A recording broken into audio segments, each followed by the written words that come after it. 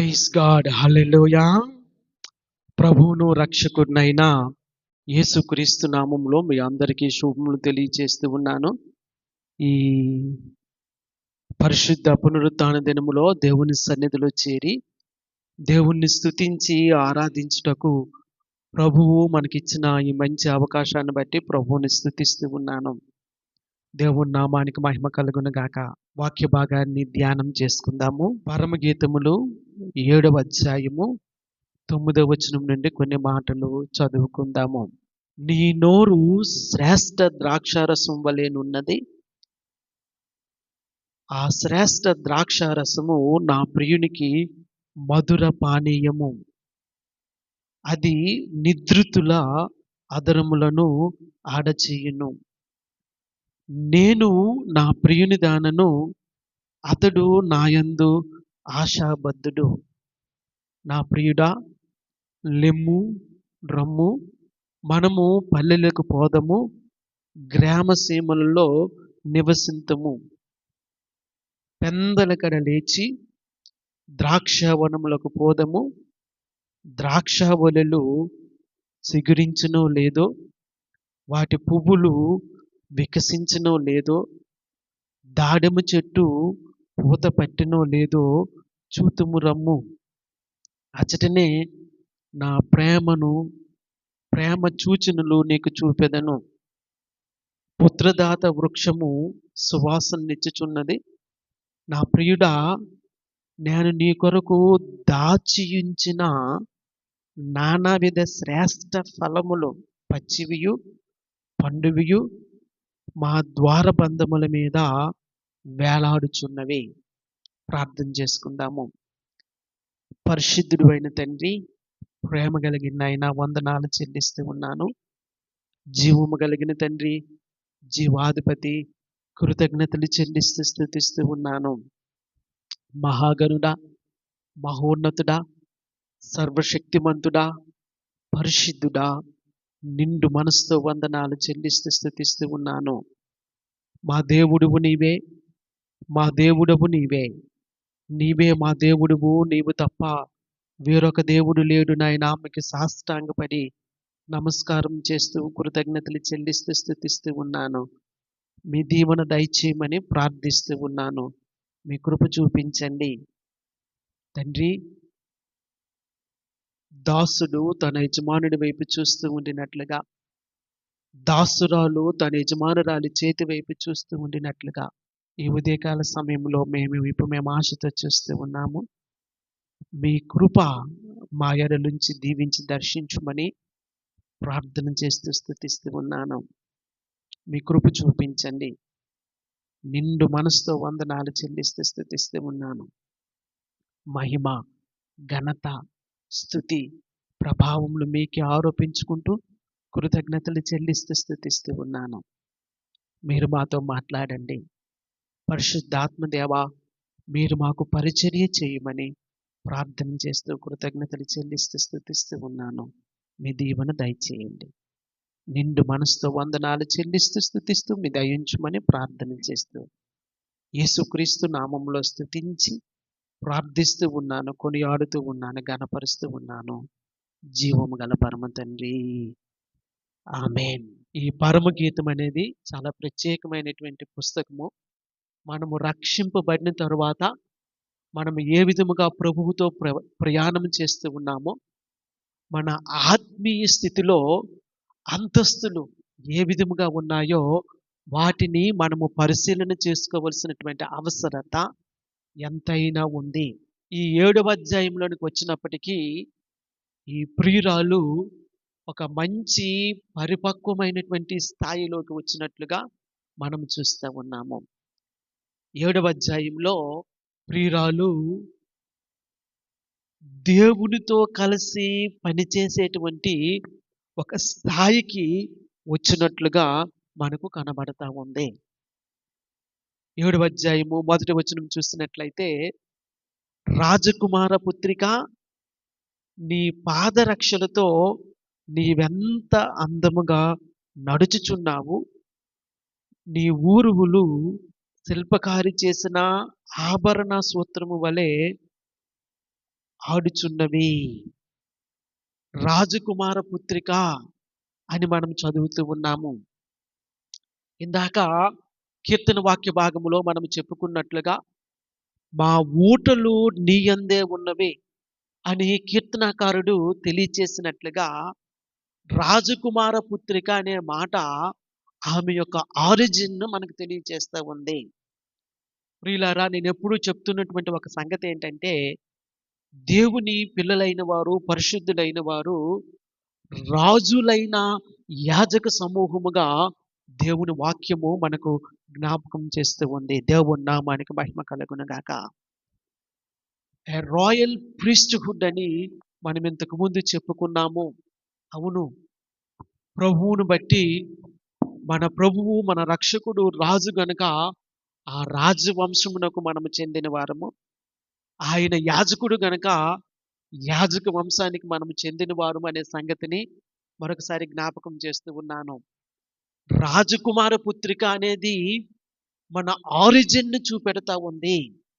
మన మూలాలను చూపెడతా ఉంది. అందుకే చెప్తూ ఉన్నాను ప్రియులారా, పరిశుద్ధ పట్టణమైన యెరూషలేము భూమి మీద నుంచి పైకి వెళ్ళలేదు కానీ, పరిశుద్ధ పట్టణమైన దేవుని సంఘమైనటువంటి యెరూషలేము దేవుని యొద్ద నుంచి దిగివచ్చుట నేను చూసితిని అని మనం చెప్పుకుంటూ ఉన్నాము. కారణం ఏంటంటే, మనకు ఆరిజిన్ ప్రభువు, మన దేవుడే, పరలోకమే. దేవుని నామానికి మహిమ కలుగును గాక. మనము పర సంబంధమైన వారు అనే సంగతి ఇక్కడ మన జ్ఞాపకం చేస్తూ ఉన్నాం. నీ పాదరక్షకులతో నీవు ఎంత అందముగా నడుచుచున్నావు. ప్రియులారా, దేవుని వాక్యంలో పాదరక్షలు అనేవి సువార్తకు ప్రకటించుటకు సాదృశ్యముగా ఉన్నాయి, లేదా సువార్త పనికి సాదృశ్యముగా ఉండినట్లుగా మనము చూస్తూ ఉన్నాము. దేవుని నామానికి మహిమ కలుగును గాక. దేవునితో కలిసి పని చేయవలసి ఉన్నది. ప్రియులారా, దేవునితో కలిసి పని చేయడం అంటే మనకు అర్థమవుతుందా? దేవునితో కలిసి పరిచర్య చేయడం అంటే మనకు అర్థమవుతూ ఉందా? ఆదివారం పూట ఏదో దేవుని సన్నిధిలోనికి వచ్చి జైల్లో ఉన్న ఒక ఖైదీని పరామర్శించినట్లుగా దేవుని సన్నిధిలో దేవుణ్ణి పరామర్శించి వెళ్ళిపోయే క్రైస్తత్వం గురించి మాట్లాడట్లేదు. అవును, దేవునితో కలిసి మనము పని చెయ్యవలసి ఉన్నది. దేవుని నామానికి మహిమ కలుగును గాక. అవును, ఎంతమందిని మనం దేవుని యొద్దకు నడిపించాము సువార్త అందించి, ఎంతమందికి మనం పత్రికలు ఇచ్చాము, ఎంతమందిని దేవుని యొద్దకు మనము నడిపిస్తూ ఉన్నాము. దయచేసి ఆ విషయాలను గమనించుకోవాల్సిన అవసరత ఉందని నేను మీకు జ్ఞాపకం చేస్తూ ఉన్నాను. ఆ పరిపక్వ స్థాయికి మనము రావలసి ఉన్నది. ఎప్పుడు క్రైస్తవులుగానే, ఎప్పుడు విశ్వాసులుగానే, ఎప్పుడు రక్షణ పొందుకున్న వారిగానే మనము ఉండిపోవడానికి వీలు లేదు.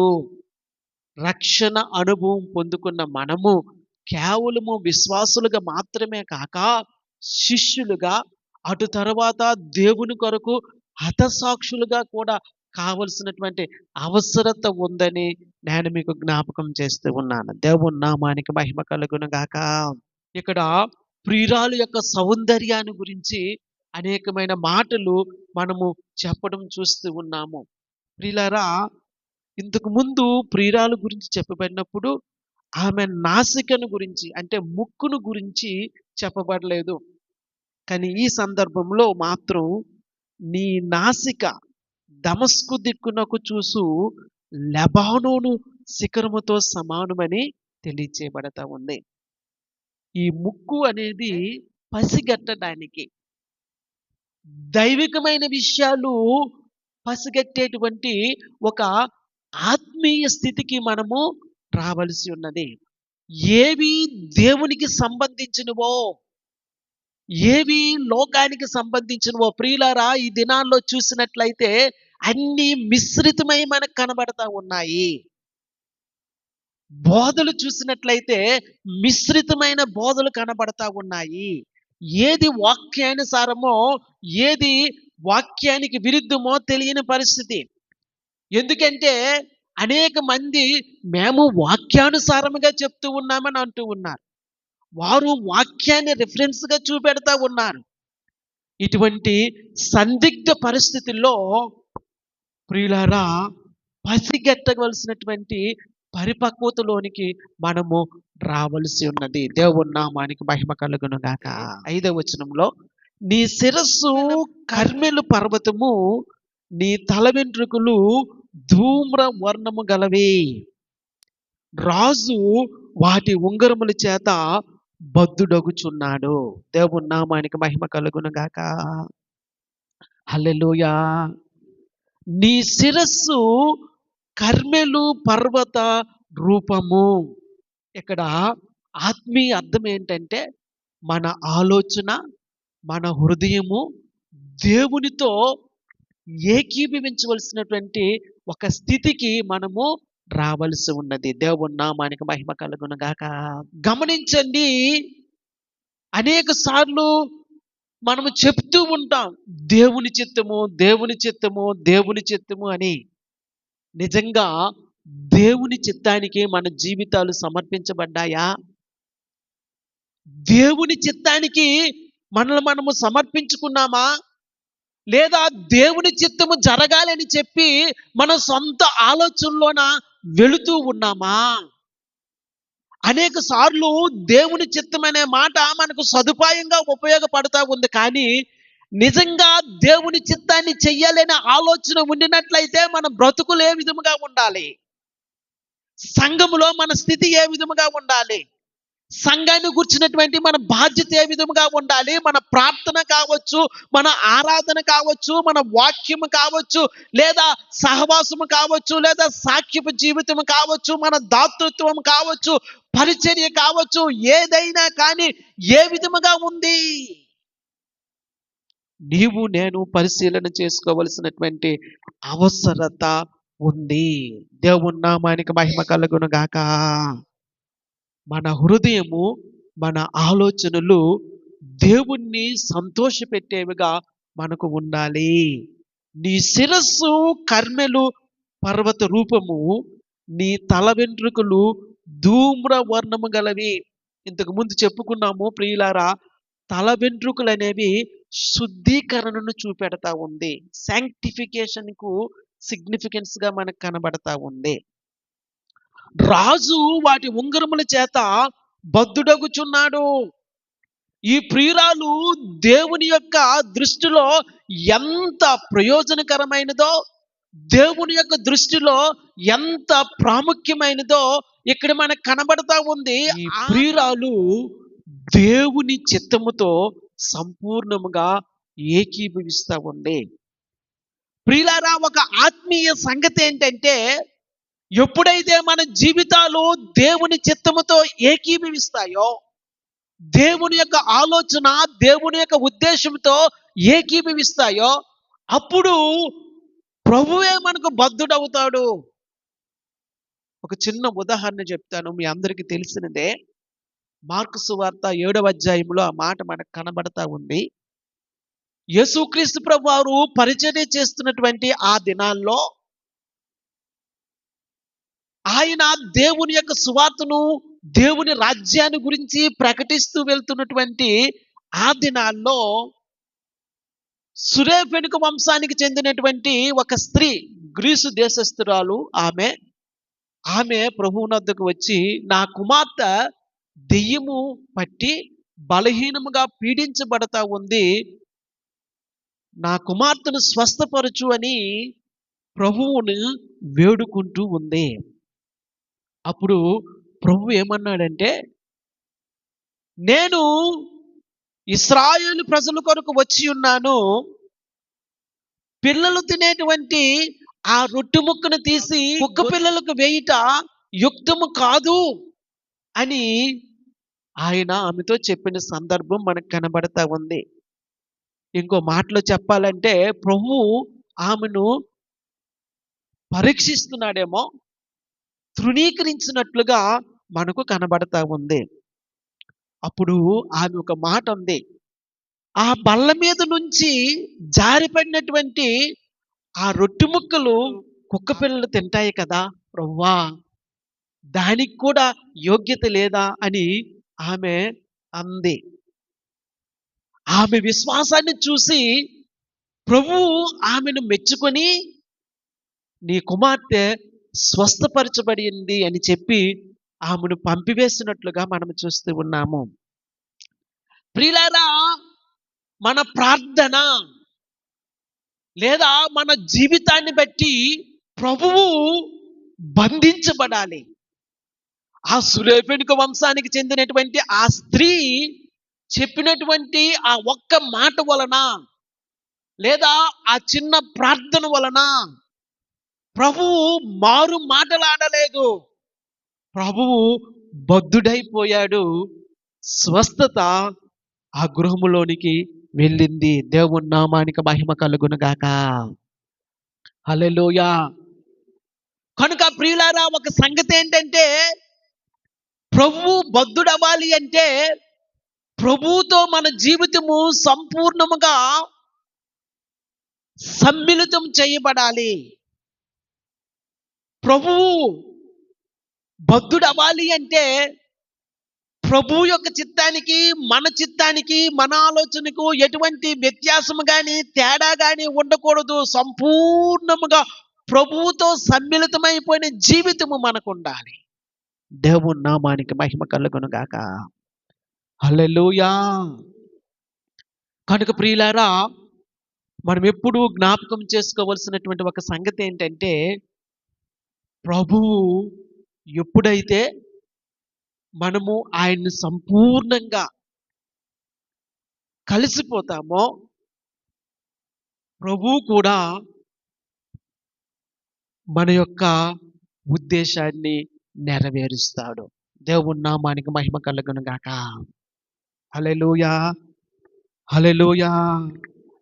నీ శిరస్సు కర్మేలు పర్వత రూపము, నీ తల వెంట్రుకలు ధూమ్ర వర్ణము గలవి. రాజు వాటి ఉంగముల చేత బద్ధుడగుచున్నాడు. ఎప్పుడైతే ప్రభువు నీకు బద్ధుడై ఉన్నాడో అప్పుడు నువ్వు ప్రార్థన చేయవసరం లేదు, నువ్వు మాట్లాడితే చాలు. మార్కు సువార్త 11వ అధ్యాయంలో ఇంకొక సందర్భం కూడా ఉంది. మీరు ఆ కొండ ఎదుటికి వెళ్ళి దానిని చూసి నీవు లేపబడి సముద్రంలో పడదేయబడుదువు అని చెప్పిన ఎడల ఆ కొండ సముద్రములో పడద్రోయబడుతుంది అని ప్రభువు చెప్పినటువంటి ఆ సందర్భాన్ని చూద్దాం. ప్రభు అక్కడ మీరు ప్రార్థన చేయండి, ఈ కొండ ఇక్కడి నుండి తీసివేయబడి సముద్రంలోనూ పడవేయబడులాగున మీరు ప్రార్థన చెయ్యండి అని చెప్పలేదు, మీరు మాటలాడండి అని చెప్తూ ఉన్నాడు. అవును ప్రియులారా, దేవుడు కార్యం జరిగించాలి అంటే మాటలాడాలి. మనం మాటలాడితే అద్భుతం జరగాలి అంటే సంపూర్ణముగా దేవుడితో మనము ఏకీభవించాలి. అటువంటి ఆత్మీయ పరిపక్వతలోనికి మనం రావాల్సినటువంటి అవసరత ఎంతైనా ఉందని ప్రభువు పేరట నేను మీకు జ్ఞాపకం చేస్తూ ఉన్నాను. ప్రియులారా, ఈ విధముగా చెప్పుకుంటూ వెళ్తే ఎన్నో సందర్భాలు ఈ ప్రియురాలుని గురించి, ఆమె యొక్క పరిపక్వతను గురించి మనకు అర్థమవుతా ఉంది. దేవుని నామానికి మహిమ కలుగును గాక. నీ నోరు శ్రేష్ఠ ద్రాక్షారసం వలెనున్నది, ఆ శ్రేష్ఠ ద్రాక్షారసము నా ప్రియునికి మధుర పానీయము, అది నిద్రితుల అధరములను ఆడచేయును. నీ నోరు రుచిని చూపెడతా ఉంది. శ్రేష్ఠ ద్రాక్షారసము అనేటువంటి ఆ మాట రాబోవు యుగ సంబంధమైనటువంటి శక్తులను అనుభవించటను చూపెడతా ఉంది. దేవుని నామానికి మహిమ కలుగును గాక. ప్రియులారా, గడిచిన వారంలో చెప్పాను, మరొకసారి జ్ఞాపకం చేస్తూ ఉన్నాను. దయచేసి గమనించండి. ఆత్మీయ అనుభవం ఉన్నవారు, దేవుని యొక్క ఆత్మీయ పోరాటాన్ని ఎరిగిన వారు మాత్రము వీటిని అర్థం చేసుకోగలరు. అదేమనగా రాబోవు యుగ సంబంధమైన శక్తులను ఇప్పుడున్న మనము అనుభవించడము. హెబ్రీ పత్రిక 6వ అధ్యాయము 5వ వచనం చదువు. దేవుని దివ్య వాక్యమును రాబోవు యుగ సంబంధమైన శక్తుల ప్రభావమును అనుభవించిన తరువాత తప్పిపోయిన వారు తమ విషయములో దేవుని కుమారుణ్ణి మరలా సిలువ వేయచ్చు అని మనం చదువుతాం. ప్రియులారా, రాబోవు యుగ సంబంధమైనటువంటి శక్తుల ప్రభావాన్ని ఇప్పుడే మనము ఎరిగి ఉండడము. అందుకే చెప్తూ ఉన్నాను, ఆత్మీయ అనుభవం కలిగిన వారు, దేవునితో నడిచే అనుభవం కలిగిన వారు, ఆత్మీయ పోరాట అనుభవం కలిగిన వారు మాత్రమే దీనిని అర్థం చేసుకోగలుగుతారు. ఏదో రక్షించబడ్డాములే, బాప్తిసం తీసుకున్నాములే, సంఘానికి వెళుతున్నాములే అనుకున్న వారికి ఈ మాటలు అర్థము కాకపోవచ్చు. ఎందుకంటే ఆత్మీయ అనుభవము, రాబోవు యుగ సంబంధమైనటువంటి శక్తుల ప్రభావాన్ని ఇప్పుడు అనుభవించడము. ప్రియులారా, రాబోవు యుగ సంబంధమైనటువంటి శక్తుల ప్రభావాన్ని అనుభవించడం అనేది ఆత్మీయ అనుభవం, అది ఆత్మీయ పోరాటం. అది అటువంటి పరిపక్వత స్థాయికి ఈ ప్రియురాలు చేరుకుంది. అందుగురించి ఆమెను గూర్చి ఇవ్వబడిన సాక్ష్యం ఏంటంటే, నీ నోరు శ్రేష్ఠ ద్రాక్షారసం వలెనున్నది, ఆ శ్రేష్ఠ ద్రాక్షారసము నా ప్రియునికి మధుర పానీయము, అది నిద్రితుల అధరములను ఆడచేయును. ఇక్కడ నిద్రితులు అంటే రాబోవు యుగ సంబంధమైనటువంటి అనుభవాన్ని కలిగిన వారు అని ఆత్మీయంగా మనము అర్థం చేసుకుందాము. దేవుని నామానికి మహిమ కలుగును గాక. హల్లెలూయా. రాబోవు యుగ సంబంధమైన శక్తుల ప్రభావాన్ని ఎరిగి ఉండడము, అనుభవించడము ఆత్మీయ అనుభవం అండి. అది మనకు కావాలి. దేవుని నామానికి మహిమ కలుగును గాక. 10వ వచనములో చూసినట్లయితే, నేను నా ప్రియుని దానను, అతడు నా యందు ఆశాబద్ధుడు. దేవుని నామానికి మహిమ కలుగును గాక. హల్లెలూయా. నేను నా ప్రియుని దానను, నా ప్రియుని దానను, అతడు నా యందు ఆశాబద్ధుడు. ఇంతకు ముందు కూడా ప్రియురాలు ఆ సంగతి చెప్పింది. కానీ ఇక్కడ మరికొంచెం అడ్వాన్స్గా వెళ్ళి తన ప్రియునితో తనకున్నటువంటి సన్నిహితమైనటువంటి, విడదీయలేనటువంటి, ప్రియునితో ఏకీభవించేటువంటి ఆ సంబంధాన్ని ఇక్కడ ఆమెను గురించి తెలియచేయబడతా ఉంది. ఆమె చెప్తున్న మాట ఏమిటంటే, నేను నా ప్రియుని దానను. దేవుని నామానికి మహిమ కలుగును గాక. మన ఐడెంటిటీ ఏంటి ఈ దినాన? మన ప్రియుడు, మన ప్రభువుని ఎంతవరకు మనము ఆనుకొని ఉన్నామో. దేవుని నామానికి మహిమ కలుగును గాక. ప్రియులారా, నేను నా ప్రియుని దానను, అతడు నా యందు ఆశాబద్ధుడు. It's not my will, it's not my desire, but it's God's desire. నా ఆలోచన కాదు, నా ఉద్దేశం కాదు, నా తలంపు కాదు, నేను అనుకున్నది ఏది కాదు, కానీ నా ప్రియుడు నా యందు ఉద్దేశించినది, ఆశించినది అనే స్థాయికి మనము రావలసి ఉన్నది. అలా అవ్వాలి అంటే మనలో ఉన్నటువంటి ఆ శరీరానుసారమైన స్వభావము పూర్తిగా నాశనం చేయబడాలి. స్వయం అనేది నాశనం చేయబడాలి. సెల్ఫ్ అనేది పూర్తిగా నాశనం చేయబడి దేవుని యొక్క చిత్తానికి, దేవుని యొక్క ఉద్దేశానికి, దేవుని యొక్క సంకల్పానికి సంపూర్ణముగా అప్పగించబడాలి. దేవుని నామానికి మహిమ కలుగును గాక. అటువంటి ఆత్మీయ పరిపక్వత మనకు రావాలి. దేవుని నామానికే మహిమ కలుగును గాక. అటువంటి ఆత్మీయ పరిపక్వత వచ్చిన తరువాత తన ప్రియునితో కలిసి పని చేయడానికి ఆమె వేగిర పడతా ఉంది. 11వ వచనంలో, నా ప్రియుడా లెమ్ము రమ్ము, మనము పల్లెలకు పోదము, గ్రామసీమలలో నివసింతుము. అవసరమైతే ప్రభువు కొరకు మరణించడానికైనా, అవసరమైతే ప్రభువు కొరకు ప్రాణత్యాగం చేయటానికైనా ప్రియులారా ఆమె వేగిరపడి వెళ్ళడం అనేది, తన ప్రియునితో కలిసి పని చేయడానికి వెళ్ళడం అనేది ఆశీర్వాదకరమైనటువంటి సంగతి.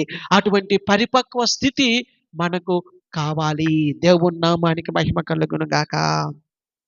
ఎన్నైనా చెప్పుకోవచ్చు, ఎన్ని సందర్భాలైనా చెప్పుకోవచ్చు, కానీ ప్రియులారా దేవునితో మనము కొనసాగి వెళుతూ ఉండినప్పుడు ఆయన కొరకు మనం ఏం చేస్తూ ఉన్నాం, మన డిటర్మినేషన్ ఏంటి, మన కమిట్మెంట్ ఏంటి, ప్రభువు కొరకు ఏ విధముగా మనము వేగిరి పడతా ఉన్నాము ప్రభువుతో కలిసి పని చేయటానికి. ప్రియులారా రక్షణ పొందితే సరిపోదని ముమ్మాటికి నేను మీకు చెప్తూ ఉన్నాను.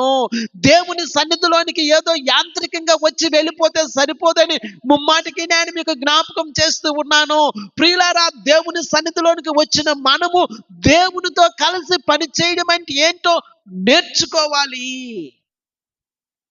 దేవుని నామానికి మహిమ కలుగును గాక. హల్లెలూయా, హల్లెలూయా. నా ప్రియుడా లెమ్ము రమ్ము, మనము పల్లెలకు పోదము, గ్రామ సీమలలో నివసింతుము. ఒక సుస్థిరమైన స్థలము కొరకు ఆమె చూడట్లేదు. దేవుని కొరకు పానార్పణముగా పోయబడ్డానికి ఆమె ముందుకు కదిలి వెళుతా ఉంది. దేవుని నామానికి మహిమ కలుగును గాక. మనము ఈ దినాన కంఫర్ట్స్ చూసుకుంటాం. మీ మట్టుకు మీరు, నా మట్టుకు నేను పరిశీలన చేసుకోవాల్సినటువంటి అవసరత ఉంది. ప్రియులారా మనం కంఫర్ట్స్ చూసుకుంటూ ఉంటాం. చిన్న ఎండెక్కితే చాలు ఆ రోజు మరి ప్రార్థన లేనట్టే. ఏమంటే చిన్న వర్షం వస్తే చాలు, వర్షం రావక్కర్లేదు, మేఘాలు కనబడితే చాలు, అమ్మో వర్షం వచ్చేస్తుందేమని చెప్పి ఆ రోజు మరి ప్రార్థన లేనట్టే. ఎవరైనా చుట్టాలు వస్తే చాలు, ఆ రోజు మనకు మరి ప్రార్థన లేనట్టే. ప్రియులారా ఇటువంటి పరిస్థితుల్లో మన ఆత్మీయ స్థితి ఏ విధముగా ఉందని మనల్ని మనం లెక్క కట్టుకుంటూ ఉన్నాం. ప్రభువు కొరకు ఎటువంటి కమిట్మెంట్ మనకుంది, ఎటువంటి డిటర్మినేషన్ మనకుంది, ప్రభువు కొరకు మనం ఏం చేస్తూ ఉన్నామో పరిశీలన చేసుకుందామా. దేవుని నామానికి మహిమ కలుగును గాక. హల్లెలూయా. ఇక్కడ ప్రభువుతో కలిసి పరిచర్య చేయటానికి, ఏ పరిస్థితి అయినా వెళ్ళటానికి, ఏ స్థితి అయినా వెళ్ళటానికి ఆమె ముందుకు కదులుతూ ఉంది. దేవుని నామానికి మహిమ కలుగును గాక. హల్లెలూయా, హల్లెలూయా. 12వ వచనంలో, పెందలకడ లేచి ద్రాక్షావనములకు పోదుము, ద్రాక్షావనులు చిగురించనో లేదో, వాటి పువ్వులు వికసించనో లేదో, దాడిమ చెట్లు పూత పట్టినవో లేదో చూతుము రమ్ము. దేవుని నామానికి మహిమ కలుగును గాక. హల్లెలూయా. పెందలకడ అనే మాట ప్రభువుతో మనం చేస్తున్నటువంటి ఆ పరిచర్యలో మనకు ఎంత శ్రద్ధ ఉంది అనే సంగతిని చూపెడతా ఉంది. ఎటువంటి శ్రద్ధ మనకుంది ఒకసారి చూసుకోండి. దేవుని సన్నిధి పట్ల, దేవుని పరిచర్య పట్ల ఎంత శ్రద్ధ మనకుంది. పెందలకడ అనే మాట మన డెలిజెన్స్ ను చూపెడతా ఉంది. How diligence we are in the ministry of God. దేవునికి పరిచర్య చేయడంలో, దేవునికి సేవ చేయడంలో, సంఘము పట్ల బాధ్యత కలిగి ఉండడంలో మన శ్రద్ధేది. దేవుని నామానికి మహిమ కలుగును గాక. చెప్తా ఉంటాను, సమయానికి రెండర్రా, సమయానికి రెండర్రా. ఒక్కరికి శ్రద్ధలా. 8 గంటలకి ప్రార్థన పెట్టండి ఈ ఎండల కారణంగాని మీరే చెప్పారు. కానీ 9 అయినంత వరకు చాలా మంది రాలా. ఎక్కడుంది మనకి శ్రద్ధ? దాతృత్వం కలిగి ఉండండి, దేవుని పరిచర్యకి ఇవ్వండి అని చెప్తే ఒక్కరిలో కూడా స్పందన లేదు. ఎక్కడుంది మనకు శ్రద్ధ? ప్రార్థన అయిన తర్వాత అందరూ చేతులు దులుపుకొని వెళ్ళిపోతారు, కానీ కుర్చీలు చదివేవారు ఎవరున్నారు? చీపురు పట్టి తుడిచేవారు ఎవరున్నారు? పరిచర్య చేయవలసిన వారు ఎవరున్నారు? ఎక్కడుంది మనకి శ్రద్ధ? మరొకరు రాలేదు అంటే వారి కొరకు ప్రార్థన చేసేవారు ఎవరున్నారు? వాక్యాన్ని ధ్యానించేవారు ఎవరున్నారు? ఆరాధన చేయడానికి ఎవరున్నారు? సంఘ కార్యక్రమాలు చూసుకోవడానికి ఎవరున్నారు? బాధ్యత కలిగిన వారేరి? శ్రద్ధ కలిగిన వారేరి?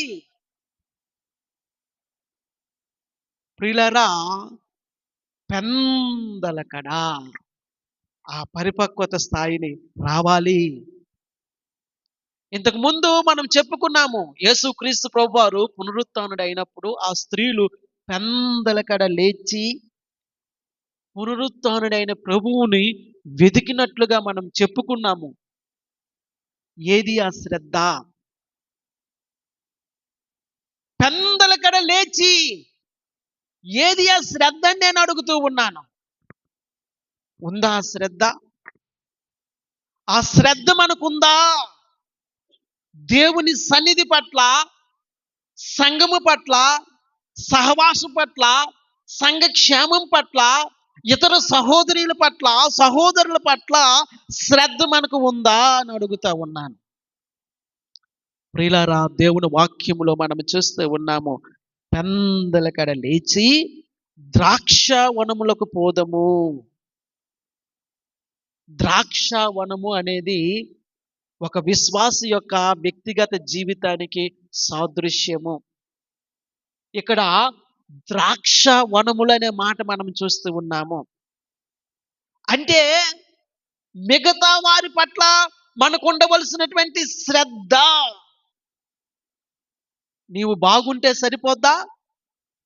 మిగతా వారు బాగుగా ఉండవసరం లేదా? వారి కొరకు ప్రార్థన చేయాల్సిన అవసరం లేదా? వారిని సహవాసంలో ఉంచాల్సిన అవసరం లేదా? ప్రియులారా, ఎక్కడ ఉంది మనకు శ్రద్ధ? ఈ ప్రియురాలు ఒక స్థితికి వచ్చింది. ఆ స్థితి ఏంటంటే, తన ద్రాక్షావనమును గురించి మాత్రమే కాక మిగతా ద్రాక్షావనాలను గురించి కూడా ఆమె శ్రద్ధ కలిగి ఉంది. తన వ్యక్తిగత జీవితము ప్రభువుతో సరిగ్గా చూసుకోవడం మాత్రమే కాక ఇతరుల యొక్క ఆత్మీయ స్థితి ఏ విధముగా ఉందో చూసి వారిని పలకరించి వారి కొరకు ప్రార్థన చేసి వారిని ప్రభువులో స్థిరపరిచేటువంటి బుద్ధి కలిగిన వ్యక్తిగా మనము చూస్తూ ఉన్నాము. దేవుని నామానికి మహిమ కలుగును గాక. హల్లెలూయా, హల్లెలూయా. పెందలకడ లేచి ద్రాక్షావనములకు పోదము. ద్రాక్షావళులు చిగురించునో లేదో, వాటి పువ్వులు వికసించునో లేదో, దాడిమ చెట్లు పూత పట్టినో లేదో చూతుము రమ్ము. ఇక్కడ 3 సందర్భాలు మనకు కనబడతా ఉన్నాయి. చిగురించునో లేదో, వికసించునో లేదో, పూత పట్టినో లేదో చూతుము రమ్ము. ప్రియులారా, ప్రభు యొక్క పనిలో మన పరిచర్య విధానము ఏ విధముగా ఉందో పరీక్ష చేసుకోవలసినటువంటి అవసరత ఎంతైనా ఉందని ప్రభువు పేరట నేను మీకు జ్ఞాపకం చేస్తూ ఉన్నాను. చిగురించుట, వికసించుట, పూత పట్టుట అనేవి మన ఆత్మీయ స్థితి యొక్క సిగ్నిఫికెన్స్ను చూపెడతా ఉంది. మన పట్ల, మన ఆత్మీయ జీవితం పట్ల మనం మాత్రమే శ్రద్ధ కలిగి ఉండడం కాదు, ఇతరుల పట్ల కూడా మనము శ్రద్ధ కలిగి ఉండాలి. నీవు దేవుని సన్నిధిలోనికి వేగిరమే వస్తే నిన్ను చూసి నీ పొరుగునున్న వారు కూడా దేవుని సన్నిధిలోనికి వేగిరమే వస్తారు.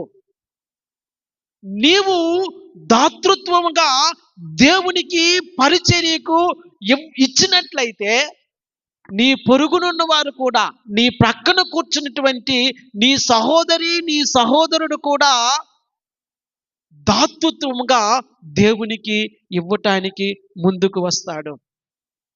నీవు పరిచర్య చేస్తే నీ పక్కన ఉన్నటువంటి నీ సహోదరి, నీ సహోదరుడు కూడా పరిచర్య చేస్తాడు. నీవు ప్రార్థిస్తే నీ ప్రక్కన ఉన్నటువంటి నీ సహోదరుడు, సహోదరి కూడా ప్రార్థిస్తారు. నీవు వాక్యాన్ని చదివితే నీ ప్రక్కన ఉన్నటువంటి నీ సహోదరుడు, నీ సహోదరి కూడా వాక్యాన్ని చదువుతారు, ధ్యానిస్తారు. నీవు మంచిగా సహవాసం చేయగలిగితే నీ ప్రక్కన ఉన్నటువంటి నీ సహోదరుడు, సహోదరి కూడా చక్కగా పరిచర్య, సహవాసము చేయగలుగుతూ ఉంటారు. ప్రియులారా, మన ఆత్మీయ శ్రద్ధ మాత్రమే కాకుండా మన సహోదరులు, సహోదరుల యొక్క ఆత్మీయ స్థితిని కూడా మనం చూసి వారికి ప్రోత్సాహకరంగా మన జీవితాలు ఉండాలి. దేవుని నామానికి మహిమ కలుగును గాక. హల్లెలూయా, హల్లెలూయా. ఇన్ని సంవత్సరాలు అయింది, ఎంతమందిని నువ్వు దేవునిలోనికి నడిపించావు? ఎక్కడ శిష్యరికం అనేటువంటి ఆ సంగతి మన జీవితాల్లో జరుగుతూ ఉంది? పరిశీలన చేసుకోవలసినటువంటి అవసరత ఉంది. ఆ పరిపక్వ స్థితికి రావలసినటువంటి అవసరత ఉంది. ప్రియులారా, దేవుని వాక్యములో మనం చూస్తూ ఉన్నాము, ద్రాక్షావళులు చిగురించునో లేదో, వాటి పువ్వులు వికసించునో లేదో, దాడిమ చెట్టు పూత పట్టినో లేదో చూతుము రమ్ము. ఈ ప్రియురాలు ప్రభువుని వేడుకుంటా ఉంది. ఆ గుర్తులు ఉన్నాయో లేదో, ప్రార్థన అనే గుర్తు, సహవాసం అనే గుర్తు, సాక్ష్యం అనే గుర్తు, వాక్యం అనే గుర్తు, దాతృత్వం అనే గుర్తు, శిష్యరికం అనే గుర్తు, పరిచర్య అనే గుర్తు ఉన్నాయో లేదో ఒక్కసారి చూతుమురా. ప్రియులారా, మనము ఆత్మీయంగా ఎదుగుతూ ఉండాలి. ఇతరులు కూడా ఆత్మీయంగా ఎదగటానికి మనము ప్రయత్నిస్తూ ఉండాలి. దేవుని నామానికి మహిమ కలుగును గాక. దేవుని సంఘములో ఎప్పుడైతే అటువంటి స్థితి ఉంటుందో ఆ సంఘము క్షేమముగా ఉంటుంది. ఆ సంఘము ఆశీర్వదించబడి దేవుని చిత్తాన్ని చేసేటువంటి సంఘముగా ఉంటూ ఉంది. నా బాధ్యత ఏంటి? నా బాధ్యత ఏంటి? ప్రతి ఒక్కరూ పరిశీలన చేసుకోవలసినటువంటి అవసరత ఉందని మరొకసారి నేను మీకు జ్ఞాపకం చేస్తూ ఉన్నాను. ప్రియులారా, సమయం అవుతూ ఉంది గనుక ముగిస్తూ ఉన్నాను. 13వ వచనంలో, పుత్రదాత వృక్షము సువాసననిచ్చుచున్నది, నా ప్రియుడా, నేను నీ కొరకు దాచి ఉంచిన నానావిధ శ్రేష్ఠ ఫలములు, పచ్చివియు పండువియు మా ద్వార బంధముల మీద వేలాడుచున్నవి. ప్రియులారా, ఆదికాండము 30 అధ్యాయం 14 చూసినట్లయితే పుత్రదాత వృక్షమును గుర్చినటువంటి ఒక ప్రస్తావన అక్కడ మనకు కనబడతా ఉంటది. పుత్రదాత ఫలం అనేది భర్త భార్యల మధ్య ఉండే ప్రేమకు సాదృశ్యముగా ఉంది. వారిద్దరూ ఏకీభవించుటకు సాదృశ్యముగా ఉంది. ఇక్కడ ఆత్మీయ దృష్టిలో మనం చూసినట్లయితే ఒక విశ్వాసి సహోదరి కావచ్చు, సహోదరుడు కావచ్చు, దేవుని చిత్తముతో సంపూర్ణముగా ఏకీభవించే స్థాయిని చూపెడతా ఉంది. దేవుని నామానికి మహిమ కలుగును గాక. ప్రియులారా, దేవునితో ఏకీభవించేటువంటి సంపూర్ణమైన స్థితిని చూపెడతా ఉంది. అది సువాసన వెదజల్లుతా ఉంది. అక్కడ ప్రియురాలు ఏమంటూ ఉందంటే, నా ప్రియుడా, నేను నీ కొరకు దాచి ఉంచిన నానావిధ శ్రేష్ఠ ఫలములు పచ్చివియు పండువియు మా ద్వార బంధముల మీద వేలాడబడుతూ ఉన్నాయి. ఫలభరితమైన జీవితానికి సాదృశ్యము. ప్రియులారా, మనము రక్షించబడిన తరువాత ఆ రక్షణలో ముందుకు కొనసాగుతూ ఉండినప్పుడు ప్రభువు మన దగ్గర నుంచి కోరుకున్నది ఏంటో తెలుసా? ఫలభరితమైనటువంటి జీవితము. మార్కు సువార్త 11వ అధ్యాయములో ఉంటుంది ఆ మాట. యేసుక్రీస్తు ప్రభువారు యెరూషలేములో వెళుతూ ఉండినప్పుడు మార్గ మధ్యములో ఆయన ఒక అంజూరపు చెట్టుని చూసి ఆకలి కొని తినటానికి ఏమైనా దొరుకుతాయా అని ఆలోచన చేసి అటువైపు ఆశగా చూసినప్పుడు దానిలో పండ్లు కనిపించలేదు. ప్రభు, నీవు ఇక ఎన్నటికీ ఫలించకుందువు గాక అని శపించినట్లుగా మనం చూస్తూ ఉన్నాము. ఆ మరుసటి దినాన ఆ మార్గంలో వస్తూ ఉండినప్పుడు ఆ అంజూరపు చెట్టు పూర్తిగా ఎండిపోయినట్లుగా మనము ఇంతకు ముందు చెప్పుకున్నాం. చూడటానికి ఆకులు కలిగి పచ్చగా కనపడతా ఉంది, కానీ తినటానికి అందులో పండ్లు లేవు. ప్రియులారా, మన ఆత్మీయ జీవితము ఈ దినాల్లో అదే విధంగా ఉంది. చూడటానికి చాలా గ్రీనిష్గా, చాలా పచ్చగా, అభివృద్ధి ఉన్నట్లుగా మనకు కనబడతా ఉన్నాం. కానీ దేవుని కొరకు ఫలాలేవి?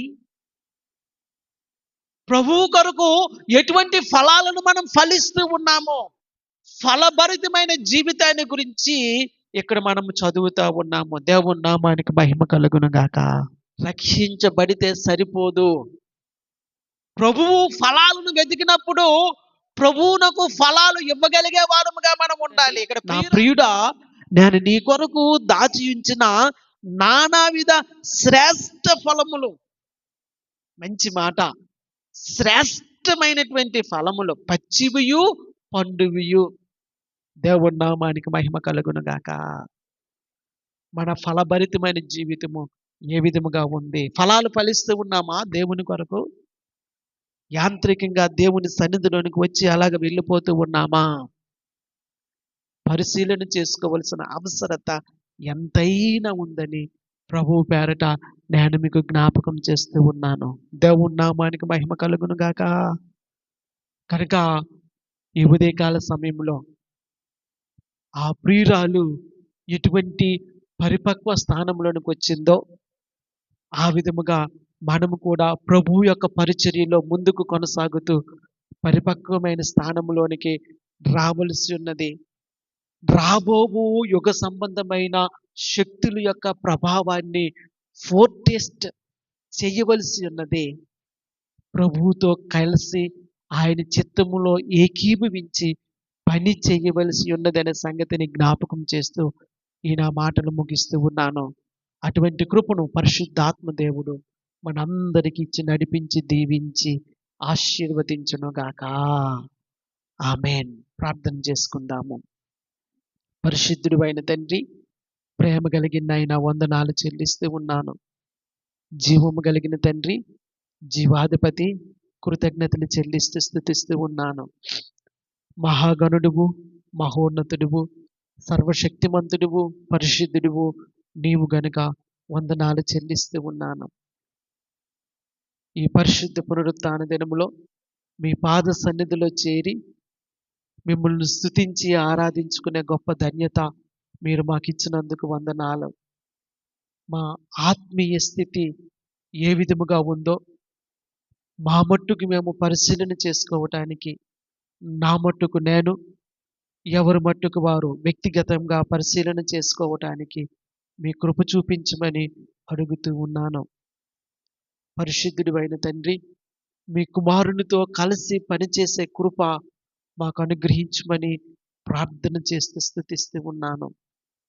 మహాగణుడువు, మహోన్నతుడువు, సర్వశక్తిమంతుడువు నీవు గనుక వందనాలు చెల్లిస్తూ ఉన్నాను. మీ దీవెన దయచేయండి. మహిమ, ఘనత, స్తుతి, ప్రభావములు మీకే ఆరోపించుకుంటూ కృతజ్ఞతలు చెల్లిస్తూ స్తుతిస్తూ మీ దయించుమని ప్రార్థన చేస్తూ యేసుక్రీస్తు నామంలో స్తుతించి ప్రార్థిస్తూ ఉన్నాను, కొనియాడుతూ ఉన్నాను, ఘనపరుస్తూ ఉన్నాను. ఈ వాక్యాన్ని మాలో ఫలింపచేయండి. ఫలభరితమైన జీవితాన్ని జీవించినట్లు మీ కృప మాకు చూపించండి. కృతజ్ఞతలు చెల్లిస్తూ స్తుతిస్తూ ఉన్నాను. జీవము గల పరమ తండ్రి, ఆమేన్.